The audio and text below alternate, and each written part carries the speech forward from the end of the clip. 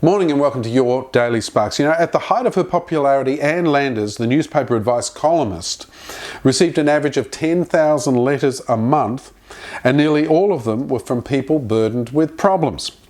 When asked if there was any one issue that was brought up predominantly throughout all of the letters she received, she said there was one problem that was above all others, that seemed to affect people the most. It was the issue of fear. People were afraid of losing their health, their wealth, their loved ones. People were afraid of life itself.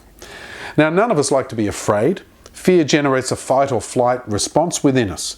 We avoid whatever makes us afraid wherever we can, and we fight against it when we can't escape it. So what then does it mean to fear the Lord? It's not the same sort of fear, clearly. For those who do not know God, dread of fear of punishment and terror, are appropriate responses. If you don't know God, you're going to hell. You should be full of fear. But for those who truly know God, fear is transformed by love into a reverential awe.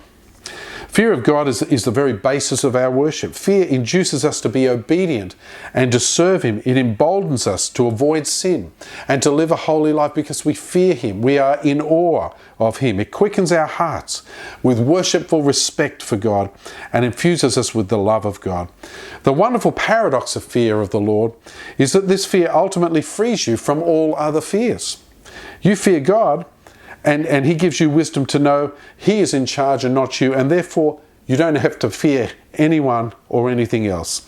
Fear of God brings understanding that all the other fears are false, and it gladdens your heart. So don't fear anything except God Almighty.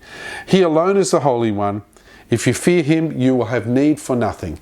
If you're going to fear, we all fear something, fear God, and the other fears dissipate. We'll see you next week, or tomorrow rather, on Sparks. See you then.